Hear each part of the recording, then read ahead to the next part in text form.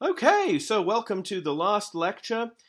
We still have a little bit of unfinished business with Marx. I want to spend this lecture talking about his outstanding views about politics and the state. That's something that we haven't yet fully covered. We've covered his general account of alienation, his general Hegelian background. We've covered the analysis of capitalist exploitation and oppression that he gives, but we've yet to point out the implications of this for Marx's views about politics and the state, and that's what I'm mainly going to focus on in this lecture. I had originally intended to have a separate kind of concluding lecture, but as you know, I've fallen behind, so I'm just going to finish the course with this elaboration of Marx's views about politics and the state. As you'll see, this does enable us in some ways to complete the arch of the course because there are various respects in which Marx's understanding of the state goes back to some views that we encountered early in the course, especially the ideas of Hobbes. So I'm going to go through all of that, say a few closing words that will hopefully serve as an envoi, and that will be it. Marx's basic position about politics and the state should by now already be clear to you. He wants to say that the real politics of the modern world is the politics of commerce, the politics of the market, the politics of capitalism. If you really want to understand and decode the power relations, the forces that shape and structure the modern world, you shouldn't look at the state in the first instance. You should look at the way that the capitalist mode of production is arranged and understand and analyze it as the exercise of power by a dominant class of bourgeois private property owners. That's the real, the bourgeois class, the capitalist relations of production. That's the real political force that, on the Marxian account, dominates the political scene in the modern world. And the modern state, as you also know, is just capitalism's creature. It is not fundamental. What's fundamental are the economic power relations that define the capitalist mode of production. The state has a role to play in that, but it's a secondary role. Because, as we'll see, and I'll be elaborating all of this in a moment, the modern state, he thinks, emerges as part of the logic of commercial capitalism and stands in a functional relationship to it. That is, it exists to shore it up. It's an aspect of the ideological superstructure of commercial society, and I'll explain all of that in a moment. The key text for understanding Marx's views about the modern state is his early essay on the Jewish question, which I asked you to read for last week. It's a difficult text, but it's one that is worth carefully reading, and I'm going to try to help you to decrypt it. Most of the points I'm going to make in this lecture relate to points that are made on the Jewish question. Keep in mind, though, that although I'm ending with on the Jewish question, on the Jewish question is still a relatively early work of Marx's. He composed it long before he'd completed the analysis of capitalism that I was dealing with in the last lecture, and which appears in Das Kapital. So that introduces some interpretative questions that you might want to ask yourself about what I'm saying, but do keep in mind at the very least that on the Jewish question is an earlier text. So, as you know, for Marx, the state is not constituted by some set of physical or material properties. And surely, at some level, we all agree with this. I don't think it's something that Hobbes would have necessarily disagreed with for all of his elaborate iconography with this picture of the Leviathan monster looming above the peaceful countryside and cities of his society. When we think about the state, we can't locate the state physically in time and space, right? There's not some physical object that we could say, this is the state. We can't measure it, right? The offices and powers and authority that the state holds, they don't have any unique or clearly measurable spatio-temporal locus. Rather, the state exists, and Marx fully agrees with this, because people believe certain things and they live by those beliefs, right? The state exists because we have accepted and are socialized into conventions under which, when we see somebody wearing a certain uniform, a police uniform, for example, we accept that he or she represents the authority of the state. And that means that for Marx, as you know, the state has to be analyzed not as an aspect of society's economic materialist base, but rather as an aspect of what he calls its ideological superstructure. It's constituted essentially by beliefs, by norms, by ideas, by what he calls ideology. It exists when human beings accept and act on and recognize certain certain distinctive beliefs, and these beliefs are familiar to us by now. The belief that certain people have a monopoly on the right to use force and coercion, that we all ought to recognize that authority, and that authority in some sense comes from below, from the people, that this organization, the organization of the state, is the ultimate arbiter of social disputes. We are therefore under an obligation to comply with its decisions and commands, and that the overriding purpose of this organization is to maintain an equitable balance between the needs and rights of property-owning individuals who constitute civil society, and thereby to promote individual personal security, peace, order, and cooperative conditions for social reproduction. That's all fairly familiar.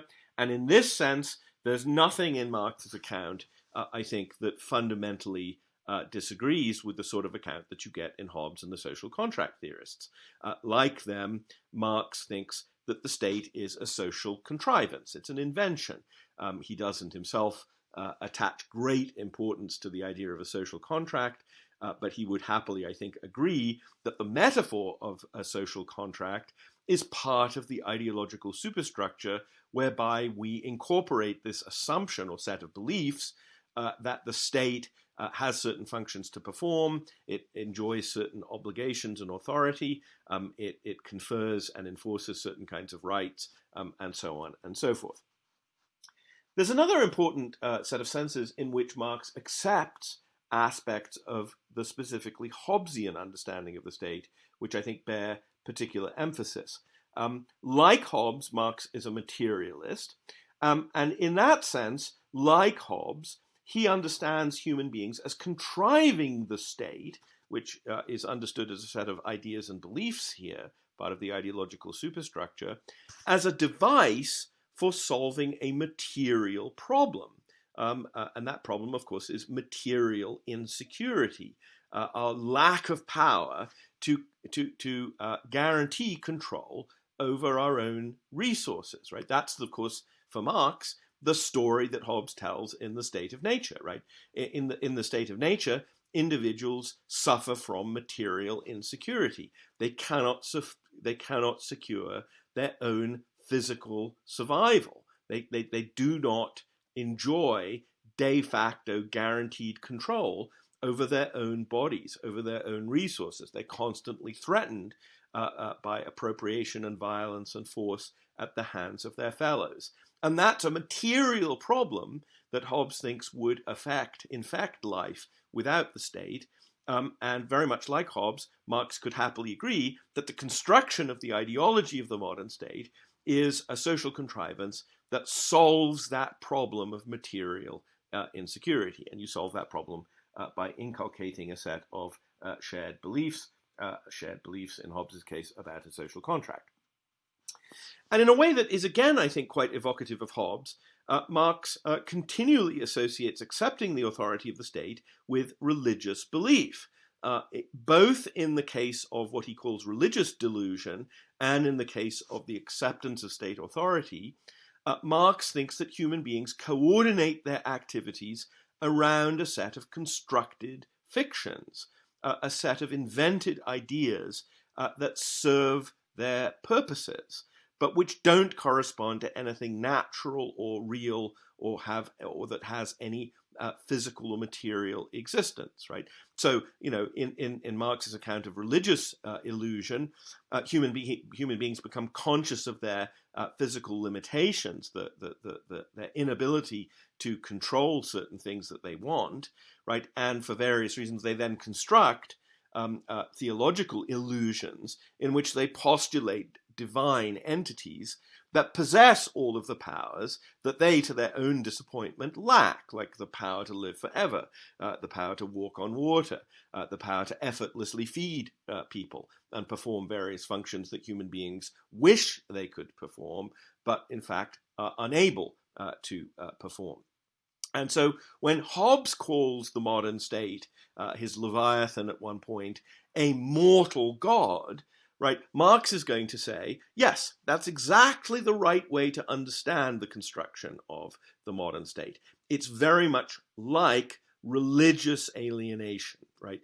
Just as beings postulate the existence of God to compensate for their sense of impotence as human beings, so individuals who are aware of their physical vulnerability to each other will construct, as a kind of illusion, although a useful illusion, the idea of a state as a kind of mortal god that has lordship and sovereignty over them, and that will put an end to their physical strife in the state of nature.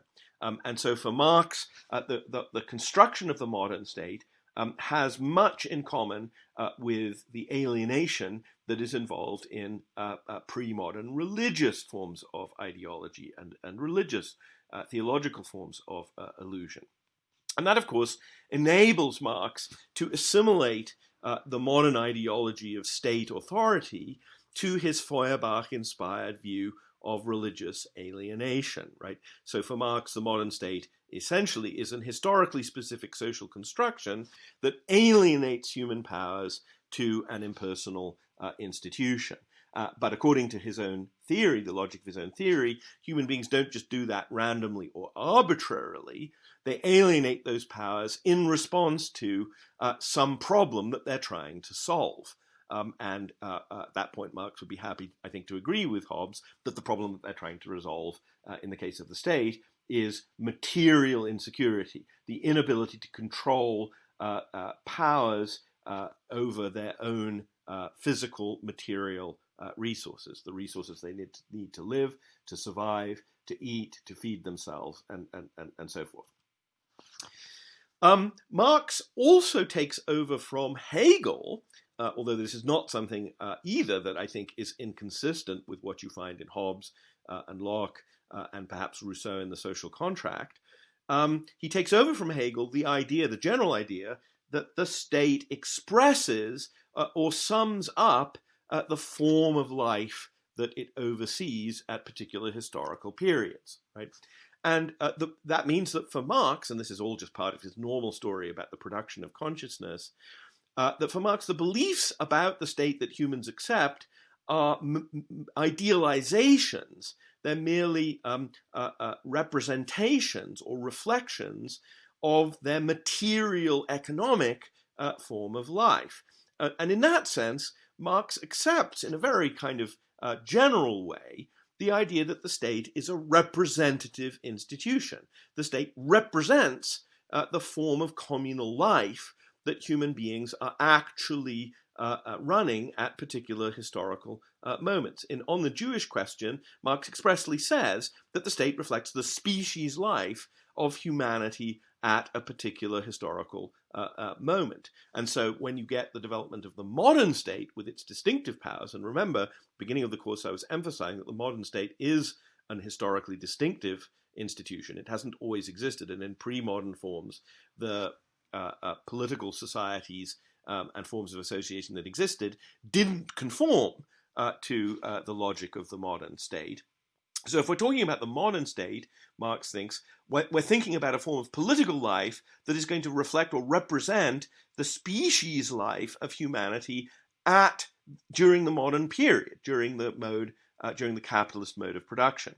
So for Marx, the assumptions that we accept under modern state conditions about what rights we have, what duties and civic obligations we have, what authority the state reserves, what forms of property it protects and upholds. All of those assumptions are merely philosophical reflections, albeit lived philosophical reflections, embodied in the institutions and conventions and practices of modern state organization.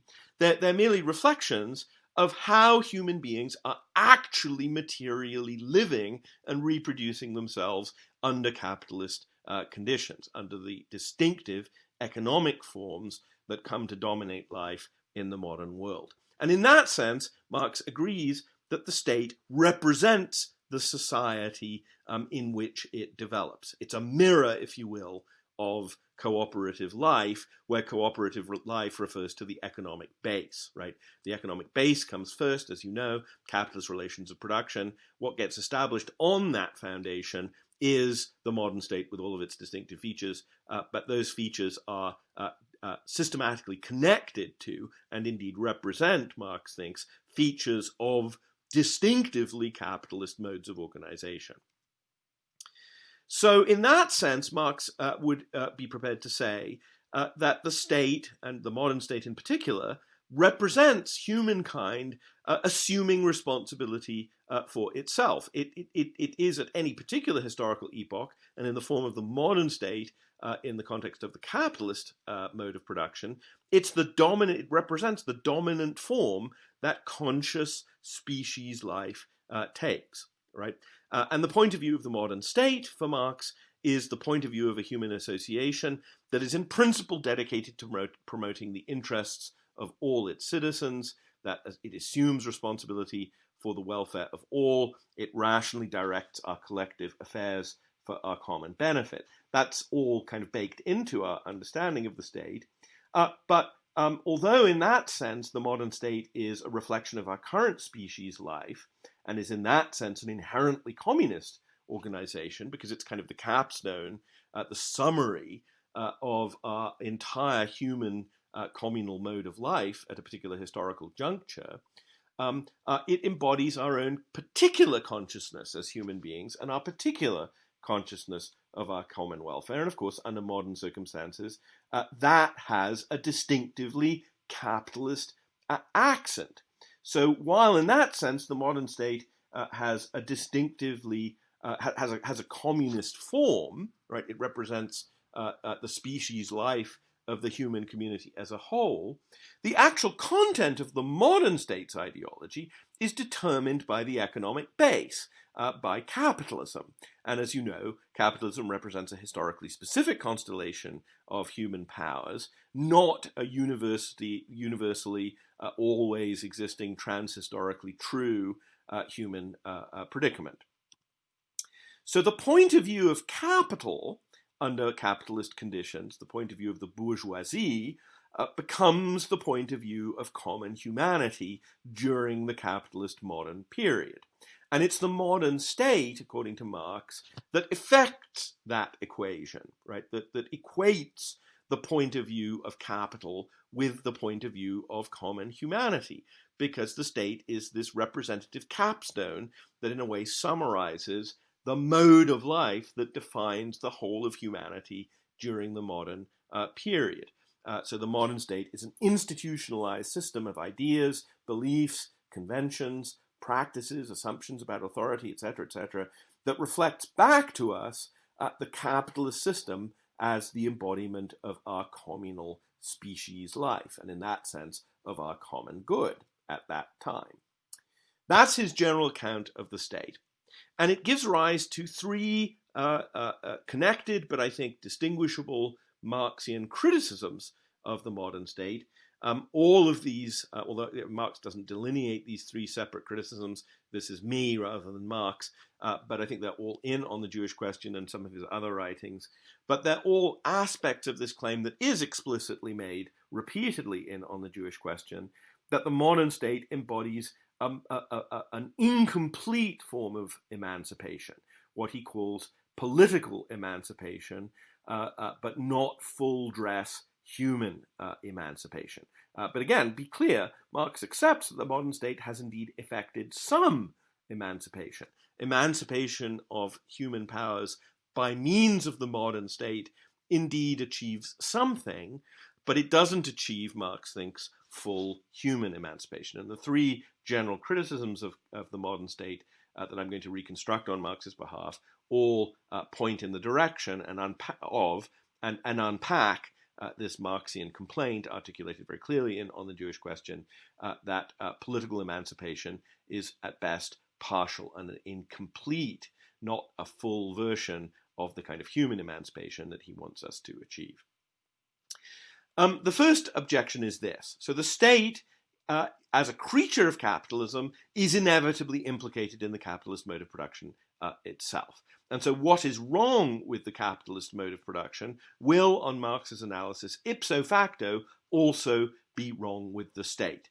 The state exists simply to serve the interests of capital. It represents the interests of capital as the universal, essential human interest.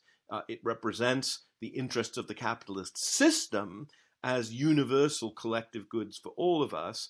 But since capitalism doesn't really represent human interest, it really is just the interests of a particular dominant class in society, the state's pretensions to represent our common humanity in its full authenticity is importantly misleading, right? Because, as I've said, this is a misleading of the capitalist account of what we want and what our common interests are, is at best misleading and partial itself. And so the modern state will be, Marx thinks, insensitive to and unable to really recognize the oppressive nature of capitalist social relations themselves. And we see this, Marx thinks, in the kinds of ways that the state actually coerces people, right? The state typically proscribes certain kinds of actions and permits others, right? And so he thinks it's instructive to look at what kinds of activities the state prohibits and those, by extension, that the state will tend to permit. And his general view is that, look, when you look at the modern state, you will notice that what it's predominantly concerned with, what it mainly recognizes as criminal or as wrong, and what it mainly mobilizes the force of the state against, are activities that hinder capitalist social relations. Predominantly, the state proscribes force, fraud, and theft. Those comprise the major crimes that the modern state sets itself against and tries to coerce people to not perform, right? But of course, those rights, the rights not to be stolen from, the rights not to be defrauded, the rights not to be murdered or assaulted or submitted to violence, right? Those are precisely the rights that the capitalist entrepreneur, that the bourgeois is most interested in, because these are the rights that defend capitalist private property. And that means, Marx thinks, that the rights and duties that are predominantly recognized and imposed by the state are mainly designed to defend the rights of owners of the means of production under capitalism, namely the bourgeoisie, those who hold private property. Think of Locke saying that the main point of the state is to protect the rights of private property holders. And Marx thinks that those rights, the capitalist rights that the state defends, they're not very good at picking up on, indeed they can't really detect, the systemic exploitation and oppression that is endemic to capitalism. And again, we talked about this a good deal in the last class, right? Because Marx was there arguing that there's an extraction of surplus value that occurs under capitalism that allows the bourgeoisie to cream off the surplus value in the form of commercial profits, that is completely consistent with respect for everybody's equal rights as a private property holder. The phenomenon of extraction of surplus value, the phenomenon of capitalist oppression, is therefore not something that these capitalist rights are going to pick up. And therefore, not surprisingly, Marx notices, exploited workers have no claim, no legal claim. They have no way of legally suing the state for exploiting them in an oppressive way, because the capitalists can say in response, we're not violating anybody's rights. Yes, if we were enslaving our workers, if we were making people sign a slavery contract, then you could sue us. But we're not enslaving anybody. We got rid of all of that in the French Revolution. All we're doing is making a fair, contractual, equal exchange with workers. They're selling a commodity, their labor power. We're selling them a commodity, money in the form of wages. It's all above board. There's nothing here that violates anybody's rights. And Marx agrees with that. Marx fully agrees. There is no violation of rights here. And that means for him that the state can't be the agent in social life to which the workers can go for redress, because the state is simply enforcing rights that are in the normal, standard, ideal case of contractualist bargains between capital and labor. The state is simply the entity that protects the private property rights of the parties on both sides. Of course, the conclusion that Marx draws from this is that the rights and duties and obligations that are recognized by the state are already rigged in favor of capitalist exploitation. But that means that he doesn't think that workers are going to have much luck in appealing to the state to defend their interests and to uphold their complaint that they are being oppressively exploited, because the state doesn't recognize any kinds of rights or entitlements that will detect the way in which they're being oppressed. It's simply insensitive to those kinds of claims because of the way in which it recognizes certain things as permitted and certain things as not permitted. And the ruling ideology of modern statism turns out to be, for Marx, is still in the first kind of criticism, it turns out to be something like the ideology of modern liberalism. Individuals are conceived as free and equal, with rights to be treated as personally autonomous, to live their own lives in their own way, according to their own interpretation of what is good. You'll see on the Jewish question various formulations that are very, very close to Mill's harm principle on liberty. And Marx thinks that this is all fair enough as far as it goes. But as I've said, none of this is going to actually helpfully pick up the forms of oppressive domination that exist in the capitalist workplace. That's all bracketed out and rendered, in effect, invisible from the point of view of the modern state. And that's the first general criticism. The second line of criticism that you find on the Jewish question has to do with the way in which the concept of citizenship gets conceived under modern capitalist conditions. Marx thinks that what develops under the modern state is a certain abstract conception of the citizen, right? Each of us is understood as a private person with our own interests and identities, our own inclinations, our own religious beliefs, our own point of view, and that is understood as something that our individual rights protect, our right to pursue our own good in our own way.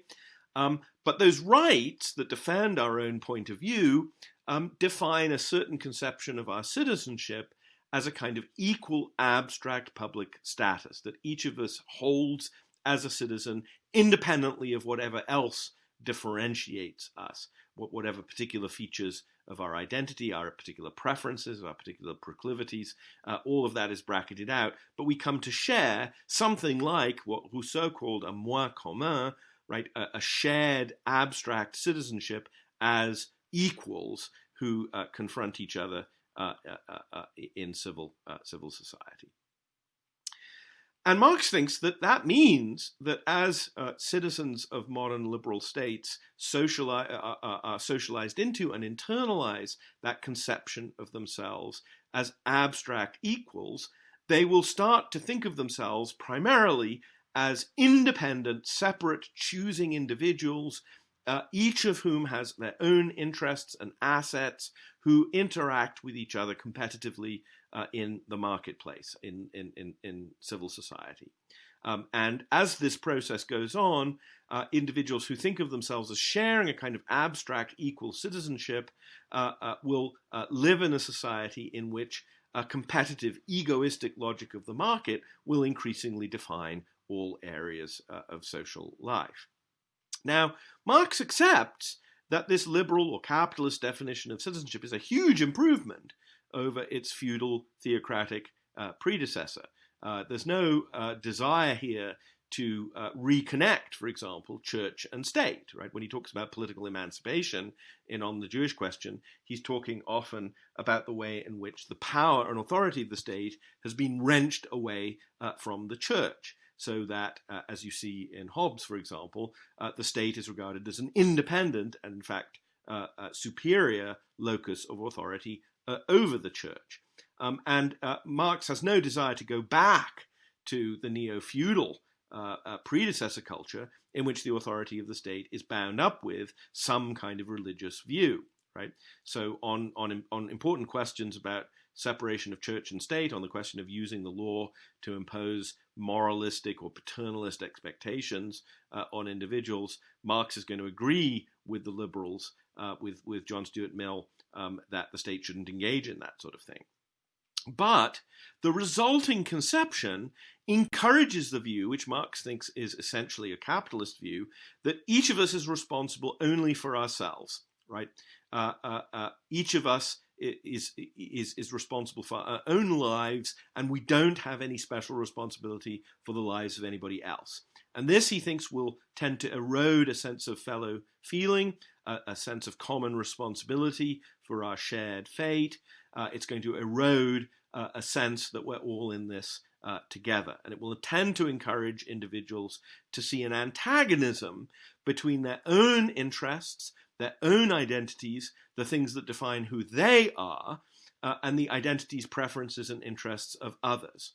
And therefore, Marx thinks, promote an inefficient, dehumanizing, and irrational competitiveness and antagonism into social life.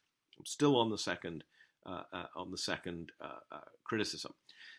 So on Marx's account, this modern liberal ideology of individual autonomy or personal independence tends to turn individuals inward, such that they see their lives in narcissistic, almost solipsistic terms. They relativize their purposes to their own standpoints. They think of themselves as captains of their own lives, struggling with other independent, sovereign individuals to obtain for themselves as much of the goodies that are available to them in civil society as they can. And that antagonistic competitiveness, that acquisitive narcissism that Marx thinks develops under this abstract conception of citizenship is, of course, just a reflection of the competitive market conditions of commercial capitalism. And the problem with this, of course, from Marx's point of view, is that it fragments this ability of human beings to get together and make and engage in rational decision-making about their common needs and common interests. It becomes increasingly difficult to get human beings to view their common problems from a common point of view. Increasingly, individuals live their lives from the inside, focusing obsessively on their own interests and how best to meet them, and on gaining control over the necessary means to promote their own narrow, acquisitive personal interests. There's a clear resonance here with the account of amour-propre and self-obsession that you get in Rousseau's Second Discourse. And this, of course, Marx thinks, projects a very limited view of human beings and human possibilities. It implies that we're all basically in the same situation, we're all basically self-interested, self-enclosed choosers, and that all there is to life is the assertion and satisfaction of personal, private, incommensurable interests, desires, and demands for recognition of one's identity or recognition of one's personal difference or special features. And that, of course, is the image of human beings that we find, Marx thinks not accidentally, in the main line of thinking about the modern state in the modern period, from Hobbes and Mill and right through down to the present day.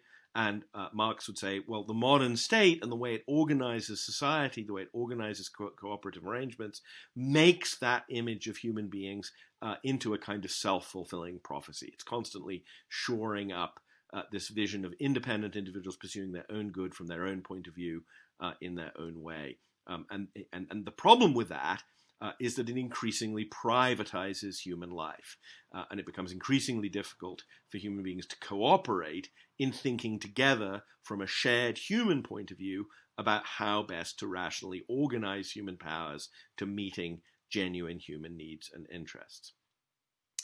Far from removing forms of religious alienation, forms of illusion, all kinds of bullshit, the modern state therefore allows organizations in civil society the freedom to continue to peddle them, right?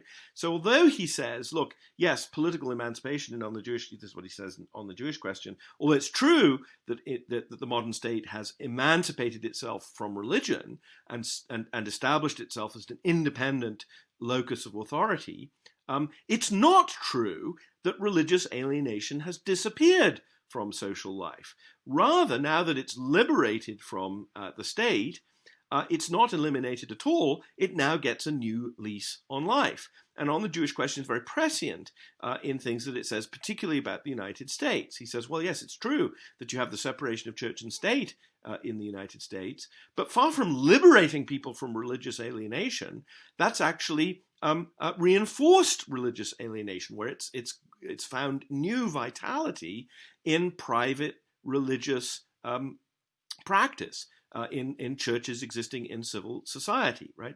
And I think it's not too much of a stretch to connect that phenomenon with the proliferation of ideology, illusion, stupidity, bullshit, and so forth in civil society more generally, right? So if you think of the phenomenon of alternative facts, or this tendency today for truth to be spoken of as something that is a private thing, that is relativized to the point of view of the speaker and his or her identity point of view, right? So this is my truth, because this is who I am, right? I existentially have a certain kind of identity, and people like me see the world in this particular kind of way, and I'm entitled to my truth.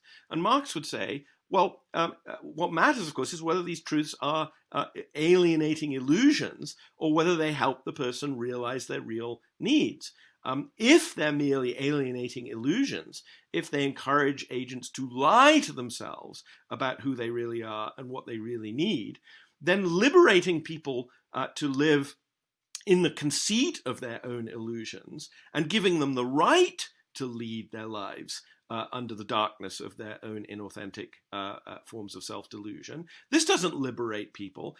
It merely hives their illusion and alienation off into private life, and thus making it much more difficult to eradicate on Marx's view. I'm going to leave that out because I need to speed on. I'm worried about time. That's the second criticism.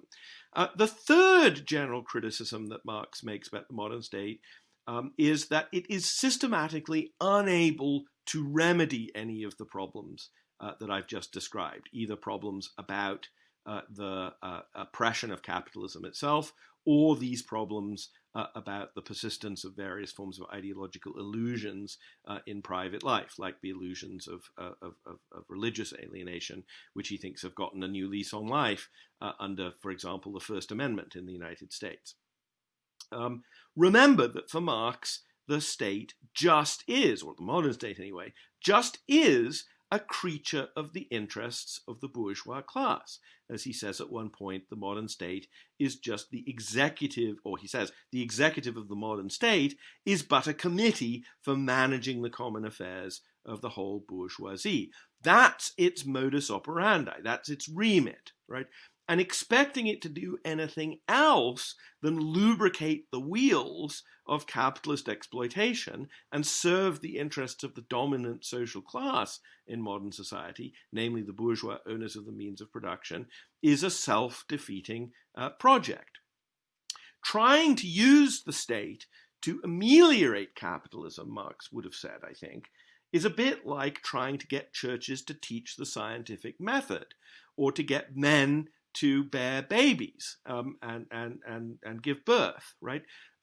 Churches are simply not geared up to teach science because that's not the way that's not the relevant religious epistemology is hard to reconcile with the scientific method.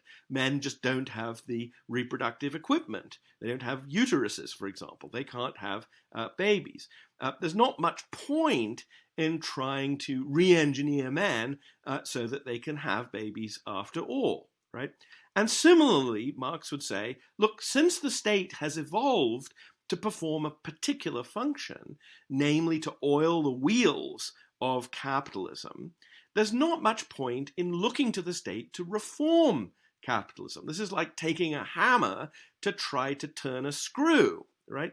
The state has evolved a particular outlook and a particular way of doing things, and those ways of doing things are adapted to a particular narrow set of social functions, namely making sure that the rights and privileges of the capitalist class are served, right? And the state can't help but approaching all problems through its distinctive and distinctively capitalist lens, constituted by upholding property rights, by upholding certain kinds of duties and obligations, by defining certain things as crimes and wrongs. And those beliefs and concepts, Marx thinks, are already tainted by a certain kind of capitalist outlook. And this leads him to think that state-led social transformation is not likely to put an end to capitalism, right? The effort to mobilize the power of the state and to turn it against capitalism is bound to be a self-defeating project, because the state just is a creature of capitalism. If you try to get it to turn against its own creator, it will be a very, very limited tool in that endeavor. And in that sense, I think, although Marx has acquired a reputation for making all kinds of predictions that turned out to be false, and of course it's true that he made certain predictions like the coming workers' revolution, that was clearly a prediction that was no good. But Marx is often depicted as someone whose predictions were wildly off target. But on this point, it seems to me, his predictions have turned out to be exactly right? Because in the 20th century, what you got was a series of efforts, some more full-blown, some more moderate, to mobilize the power of the state to at least moderate, and in the case of the Soviet bloc and the early Chinese communist state, to use the state to actually smash capitalism, to use the institutions of the modern liberal rule of law to moderate capitalism so as to make capitalism more friendly to workers, to produce a kind of more equitable, more just balance of economic distribution between workers and capitalists. And of course, in the really fuller-blown forms of this project, the state came to own the means of production and tried to plan the economy.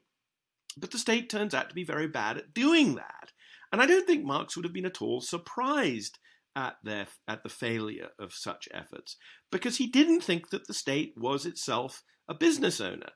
The state has certain functions to perform, and it performs those functions quite well, namely keeping the peace, upholding rights, coercing people so as to protect people's private property and livelihoods and so forth. It can do those functions very well, but it's not going to be a very effective or efficient superintendent of production directly. And so the failure of state planning in the 20th century, I don't think would have surprised Marx at all. I think he would have, in a way, you can see him as predicting that if you try to do that, you may succeed for a little while, but eventually the project will collapse under its own contradictions, and the truth will be revealed that ultimately what rules the roost in modern society is the capitalist mode of production, and the state will quietly default back to its basic role of policing the relations of production that are distinctive to capitalism. And that, of course, is precisely what happened in the 20th century. A series of attempts, East and West, to control the economy more centrally. Those attempts all collapsed under the weight of their own problems. And from the 1970s forward, for example, in the West, you had the retrenchment of the state, and the state was pulled back to something like its standard function, as Marx would have seen it, of policing and maintaining a basically capitalist mode of life. And that's, of course, what we saw in the 80s and 90s right up to the present day. It's what travels under the general designation of neoliberalism today. And I think Marx would have predicted that. So let me end the course with this then. I've laid out Marx's basic conception of the modern state and of modern politics. And let me use that to end the course. The central question that we've looked at and that has come up repeatedly over the course of this semester has been the question of the relationship between the two dominant forces of modern socioeconomic life, the sovereign modern state and the commercial market. And we've seen various thinkers look at different kinds of views about how their relationship is to be construed. Marx thinks, as you know, that the right analysis, and you might accept this, you might be wrong about this, you might be right about this, but at any rate, this is where we've wound up. For Marx, anyway, under the correct analysis, the winner of this story is the market, right? The market is the real determinant of modern politics. The modern state is simply its vice regent. It's an unwitting lackey. It's not really in charge. The state is itself ultimately at the mercy of the stronger forces of the commercial market. And as I've just said, I think that's what we've seen in the 20th century, right? The attempt for the state to assert itself against the market in various different kinds of ways, that resulted in the humiliation of the state and the reassertion of market power as the dominant force in modern social and political life. So if we accepted, for the sake of argument, something like that Marxian story, and we looked at the recent history of the 20th and 21st century under that optic, what would we say? I think what we would say is something like the following, that a truly postmodern world would be one in which the powers that are alienated to the market, again, I'm just accepting for the sake of argument Marx's terms, not necessarily endorsing them, I'm just saying this is where you would end up if you embraced Marx's view. On that view, a postmodern world would be one in which the powers that are alienated to the market and hence to the state as its unwitting lackey are somehow reappropriated by social forces that legitimately can claim to speak on behalf of our common human interests and needs. In that world, as Marx sometimes says, the modern state would wither away. It would cease to be a necessary human institution, and it would be replaced by a politics of common responsibility for real human interests and real human needs. Only if we get to that point, Marx might have said, are we entitled to emblazon on our public buildings the moniker of true postmodernism, because the modern period for him is defined by the dominance of the commercial market and the capitalist mode of production. Now, of course, we have absolutely no idea how any such postmodern world, as a Marxian would conceive it, can be accomplished. No idea whatsoever. Right? Marx himself thought that workers' revolution would accomplish this, and that this was in some sense an inevitable outcome of capitalism becoming ever more brutal, immiserating the workers to such a point that they would start to agitate and mobilize as a class and overthrow the system. But that has turned out to be a fantasy and seems very unlikely to happen now.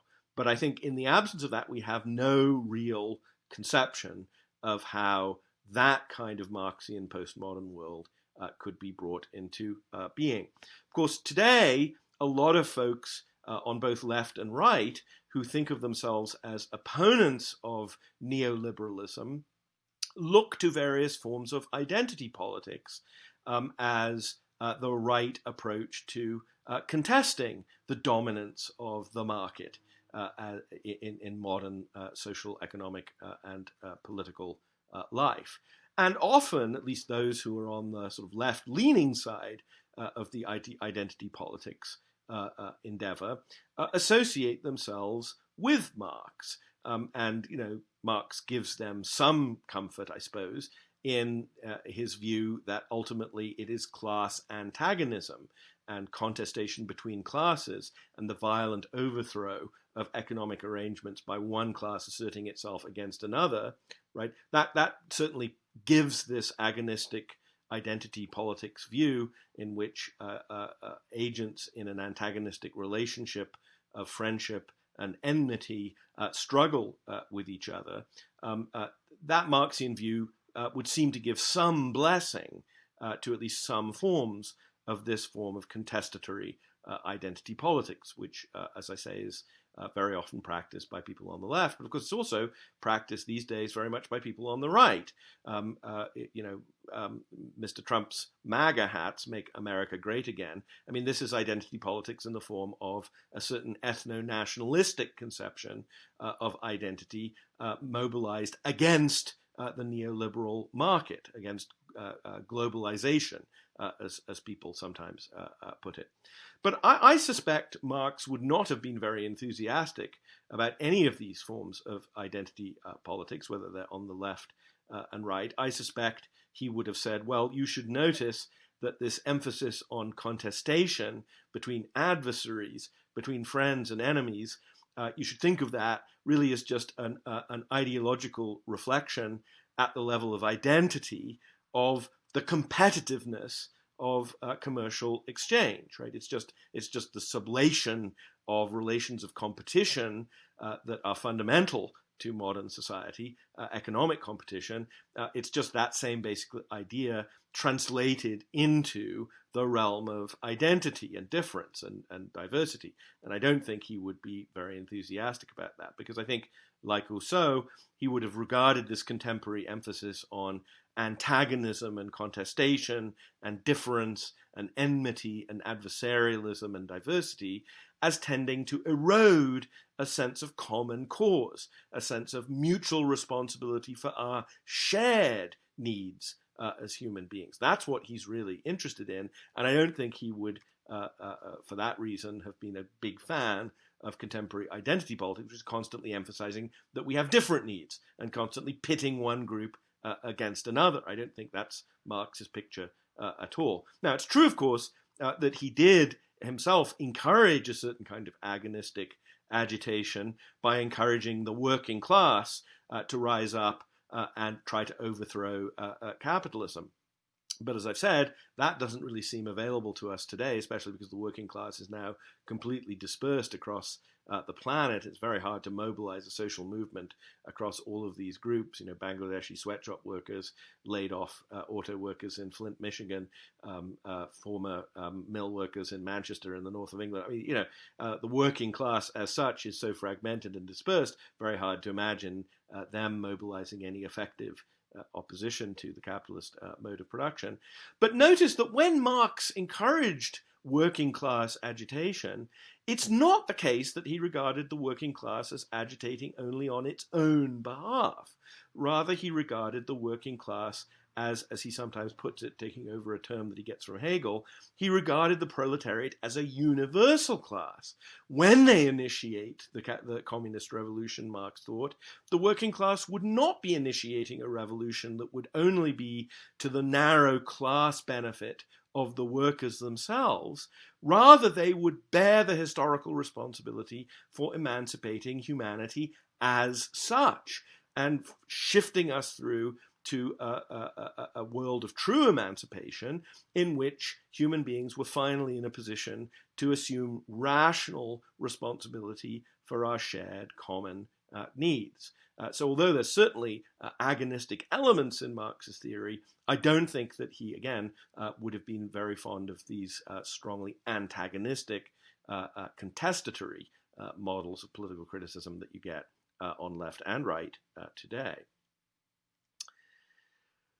So there's no, I think, clear solution to the problem that Marx describes. But notice that it doesn't follow from the absence of a clear, viable cure in Marx that his diagnosis of the problem is itself wrong. And it may be that on reflection, many of you will agree with large parts of his diagnosis, because many of you on reflection may agree that there must be some rational way for human beings to deal together with the problems of global poverty, economic oppression, the persistence of class domination and privilege.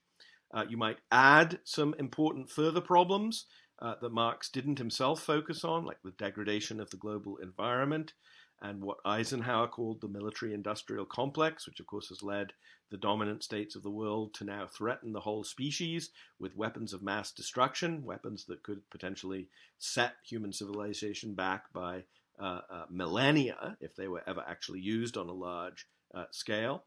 Many of you also may well agree on reflection that it's very difficult to believe that the kind of rational social cooperation necessary to solve any of these problems would be state-like, right? You might think it's silly to think that these problems can be solved by entrusting an institution whose basic modus operandi is to enforce property rights and claim a monopoly on the right to use force and all the rest of it, right? Because you might think with Marx that this sort of institution is part of the problem, not the solution to the problem. And you might also agree that the sorts of large-scale global problems that are most urgent and pressing, like the problem of the environment, like the problem of large-scale economic oppression and the continuance of class privilege, you might think that these are not fundamentally problems about the recognition of identity, whether we're talking about national identity or other forms of identity. They're fundamentally problems about the irrational deployment of human powers that thwarts our ability to actually meet our real needs as human beings. And if you thought all of that, it seems to me you'd be much more of a Marxist than you might at first suspect. And I think that thought is a good place for us to end. Thank you very much for listening to me drone on twice a week like this. I'm sorry for going over time. Pretty much every single session, I seem to be stuck at about 55 minutes as being my average time.